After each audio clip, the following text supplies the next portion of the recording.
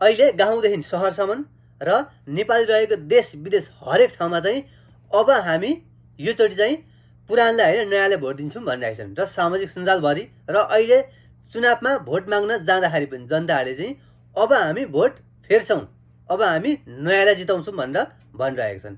तर नयाँ भनेको चाहिँ को हो त?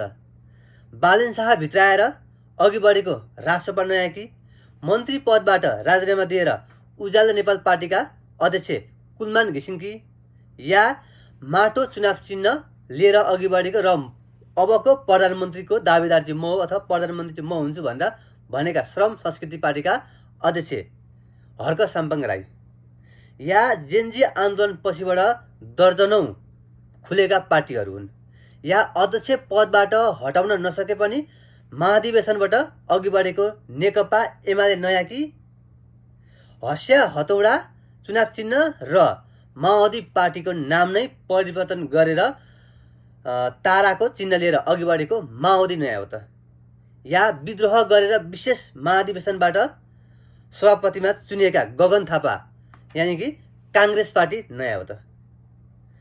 त्यसले गर्दाखेरि आफूले सोचेर विचार गरेर तपाईहरुको अमूल्य भोट नयाँ या राम्रो व्यक्तिलाई दिनुहोला।